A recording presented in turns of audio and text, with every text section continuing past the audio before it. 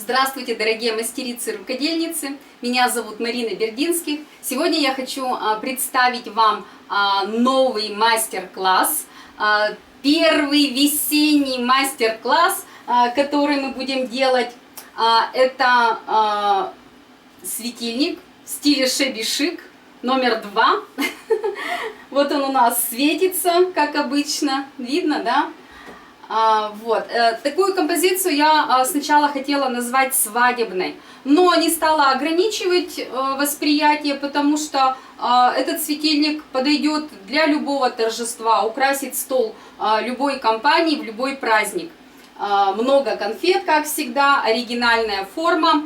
И, конечно же, чем интересны мои мастер-классы, это тем, что каждый раз у нас интересные, новые, совершенно новые даже для меня часто техники, новая форма, новая технология. И эта композиция не исключение, конечно же.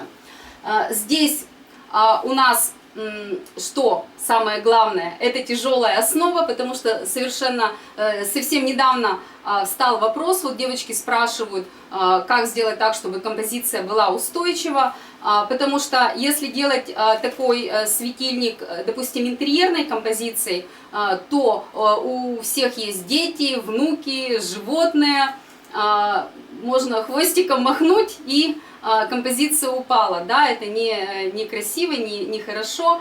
И если эта композиция украшает стол, допустим, праздничный, тоже не хотелось бы, чтобы в разгар веселья она упала красивым абажуром в салат.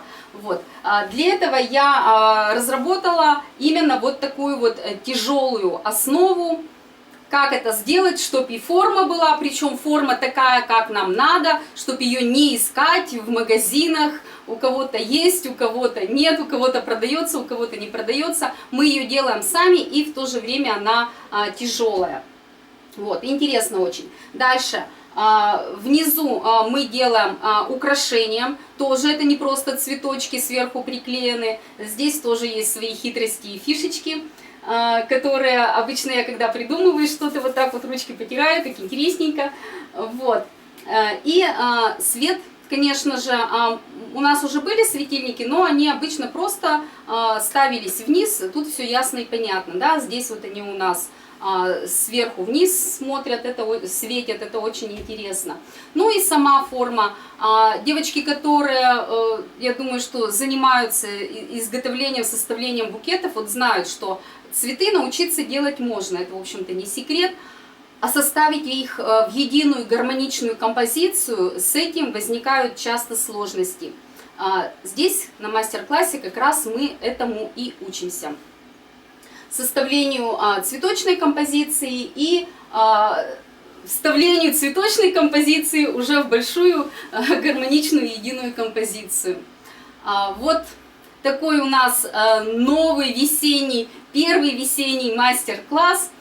Очень-очень буду рада вас всех видеть на мастер-классе. Приходите, записывайтесь. А у меня на сегодня все. Творческих вам успехов и до новых встреч. Пока-пока!